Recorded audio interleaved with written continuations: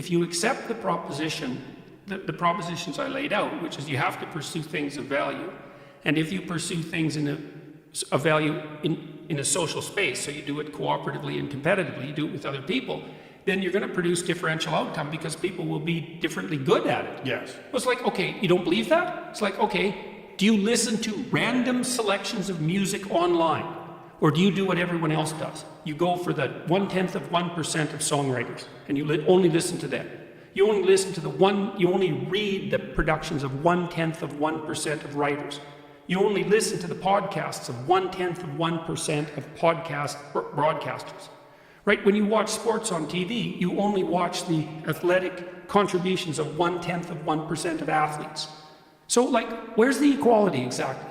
Where's that in your life? You people who are pushing for equality of outcome.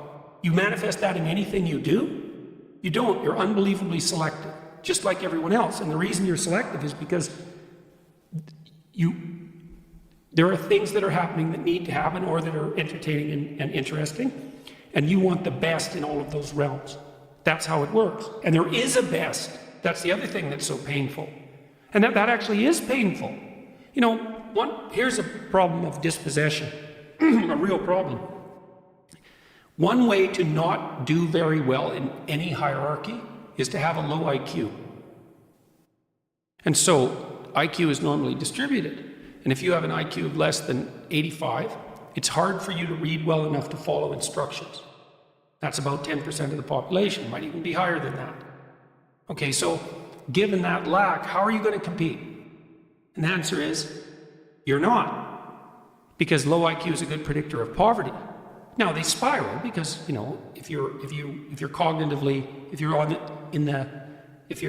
you're less cognitively gifted, then and you have children, they're going to be in a less enriched environment. These things spiral, but you still have the essential problem. That's the essential problem of the dispossessed. It's like hierarchies are complex tools to attain necessary goals, but they dispossess people. What do we do with the people that they dispossess? The answer is, we don't know. So we have to talk about it constantly to figure out how to solve it, because it's an ongoing problem that transforms, and that's the reason that political dialogue is necessary. And then the danger is that the political dialogue will polarize into the radical left, no hierarchies whatsoever, or the radical right, our hierarchy is 100% right at all costs. And so we have the eternal problem, and those are the two poles that we have to negotiate between.